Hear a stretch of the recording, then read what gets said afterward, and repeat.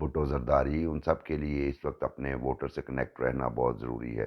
لیکن دیکھیے، مجھے ابھی بھی ذاتی طور پہ میں شبے کا شکار ہوں کہ الیکشنز کم از کم 30 اپریل کو نہیں ہوں گے، اور اس کی وجہ مجھے یہی لگتی ہے چونکہ ہم گراؤنڈ پہ دیکھ رہے ہیں تیاریاں اس طرح کی نہیں ہیں، ریسورسز نہیں ہیں۔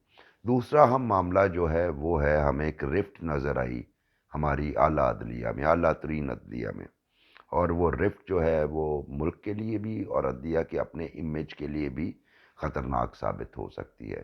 لیکن اس میں قصور عدلیہ کے کچھ حضرات کا اپنا بھی ہے۔ ماضی کی اگر میں آپ کو مثال دوں، ہم نے جوڈیشل ایکٹیویزم بڑی ایکسٹریم لیول پر دیکھا۔ ہم دیکھتے تھے وہ افتخار محمد چودھری صاحب ایک نعرہ لگایا کرتے تھے، بلکہ چودھری اعتزاز احسن ان کے جلسوں میں نعرہ لگایا کرتے تھے، ریاست ہوگی ماں کے جیسی، یعنی کہ اگر افتخار چودھری صاحب بحال ہوتے ہیں تو ریاست ماں کا رول پلے کرے گی۔ تو جب افتخار چودھری صاحب بحال ہوئے، انہوں نے ماں کا رول پلے کرنے کے لیے جوڈیشل ایکٹیویزم کا مطلب اس کو اختیار کیا کہ یہ بہتر ہے سو موٹو لیے جائیں۔ اور اس کے بعد ہم نے دیکھا کہ آنے والے ججز میں اس کو نیکسٹ لیول پہ لے گئے جناب ثاقب نثار صاحب۔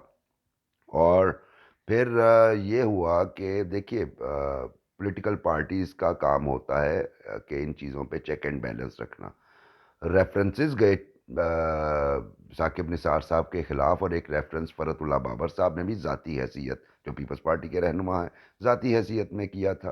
اور اس کا نتیجہ یہ نکلا کہ چونکہ ریفرنس جو ہے وہ سپریم جوڈیشل کونسل نے سننا ہوتا ہے، اور ریفرنسز جو ہی فائل ہوئے، سپریم جوڈیشل کونسل کا اجلاس ہی نہیں بلایا گیا ثاقب نثار صاحب کی طرف سے، اور جب وہ چلے گئے تو ریفرنسز ختم ہو گئے۔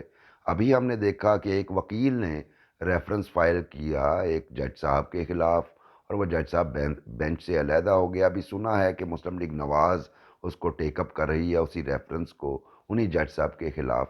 لیکن یہ جو رفٹ ہے، یہ مجھے لگتا ہے کہ یہ رفٹ جو ہے آگے جا کے آنے والے جو چیف جسٹس ہوں گے، قاضی فائز عیسیٰ صاحب، ان کے لیے ایک کانٹے کھڑے کیے جا رہے ہیں۔ آج انہوں نے ایک اپنی فیصلے میں کہا کہ یہ جو جج صاحبان کے حوالے سے درخواست گزار لکھتے ہیں معزز جج صاحب، تو یہ معزز وغیرہ کے لفظ جو ہے نا، یہ نہیں ہونے چاہیے، چونکہ اس سے خوش آمدی ہونے کا تاثر ملتا ہے۔ اس سے اندازہ ہوتا ہے کہ فائز عیسیٰ صاحب بڑے اپرائٹ آدمی ہیں، اور آنے والے دنوں میں جب وہ چیف جسٹس ہوں گے تو کیا یہ رفٹ اس وقت تک رہے گی قائم؟ کیونکہ مجھے لگتا ہے کہ بہت سارے ججز جو جن کے ساتھ اختلافات، جن کے آپس میں اختلافات چل رہے ہیں، وہ اس وقت تک بھی سپریم کورٹ میں موجود ہوں گے، بلکہ جب قاضی صاحب ریٹائر ہو جائیں گے اس وقت تک بھی بہت زیادہ موجود ہوں گے۔ تو ایک نئی جو ہے وہ جنگ چھڑے گی عدلیہ میں، اور جس کا نقصان ملک کو ہی ہوگا۔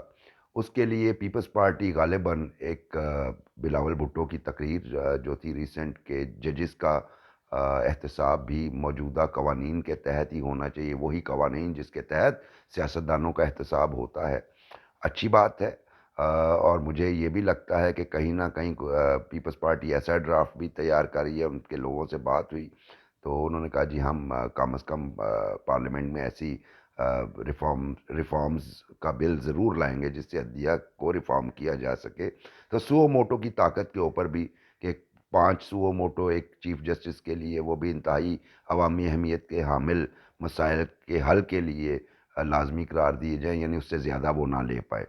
تو دیکھیے، کیونکہ ماضی میں جب بھی پارٹیز نے چاہا کہ ججز کا احتساب ہو، تو مجھے یاد ہے بے نظیر صاحبہ کی 2 حکومتیں، جب بھی انہوں نے نعرہ لگایا کہ ججز اور جنرلز کا احتساب ہو، تو ان کی 2 حکومتیں چلی گئیں۔ میاں نواز شریف نے جب یہی ارادہ کیا، ان کی حکومتیں گئیں۔ ابھی جب دوبارہ یہ لائیں گے بل تو اس کا کیا ریئیکشن ہوگا؟ لیکن ابھی جب بھی اس طرح کی کوئی موو آتی ہے تو انہی پارٹی کے اپنے افراد ہی، جو لائرز ہوتے ہیں موسٹلی، میں اب نام نہیں لینا چاہتا، وہ خود ہی آ کے پارٹی لیڈرشپ کو منع کر دیتے ہیں۔ سو آنے والے دنوں میں 2 آپ کو نظر آئیں گی ایکٹیویٹیز ایکسٹریم پہ۔ ایک آپ کو نظر آئے گا الیکشن ایکٹیویٹیز کے حوالے سے، اور مجھے دوبارہ گیند جو ہے وہ الیکشن کے حوالے سے بھی کورٹس کی طرف جاتی محسوس ہوتی ہے، اور دوسری طرف کورٹ کے اپنے اندر جو ایک ٹسل جاری ہے وہ مزید شدید ہوگی، اور دیکھیے آنے والے دنوں میں کیا ہوتا ہے۔ آپ کا بہت شکریہ، اپنے فیڈ بیک سے نوازتے رہیے گا، اور اگر ہو سکے تو چینل کو سبسکرائب کریں، مجبوری نہیں ہے، اگر آپ لائک کریں تو ضرور کیجئے۔ آپ کا بہت شکریہ، سلامت رہیے۔